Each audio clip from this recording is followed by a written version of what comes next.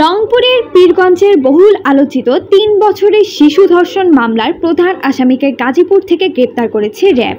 উল্লেখ্য যে আসামি মোহাম্মদ জাহিদ মিয়া এবং ভিকটিমের বাড়ি পাশাপাশি। ভিকটিম প্রতিদিনের ন্যায় গত ২৪শে মার্চ সকালে আনুমানিক ৯ ঘটিকায় বাড়ির সামনে খেলাধুলা করার সময় জাহিদ ভিকটিমকে পটেটো খাওয়ানোর কথা বলে কৌশলে তার নিজ বসত বাড়ি নিয়ে যায়। জাহিদের পিতামাতা বাড়িতে না থাকার সুযোগে ভিকটিমের ইচ্ছার বিরুদ্ধে জোরপূর্বক ধর্ষণ করে। পরবর্তীতে ভিকটিম কান্না করতে করতে বাড়িতে আসলে ভিকটিমের মা তাকে কান্নার কারণ জিজ্ঞাসা করলে ভিকটিম ঘটনাটি বলে দেয়।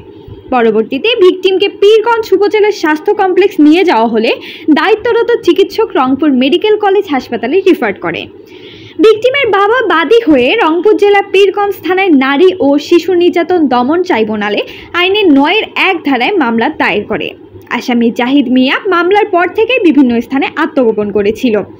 গোপন সংবাদের ভিত্তিতে র্যাব ১৩ ব্যাটালিয়ন সদর কোম্পানি, র্যাব ১ সিপিএসসি এবং র্যাব ৩ সিপিএসসি এর একটি যৌথ অভিযানে পলাতক আসামি গাজীপুর জেলার শ্রীপুর দুমবাড়ি চালা এলাকা হতে পিতা মোহাম্মদ রাজু মিয়ার পুত্র ২০ বছরের জাহিদ মিয়াকে রংপুর জেলার পীরগঞ্জ থানায় গ্রেপ্তার করতে সক্ষম হয়।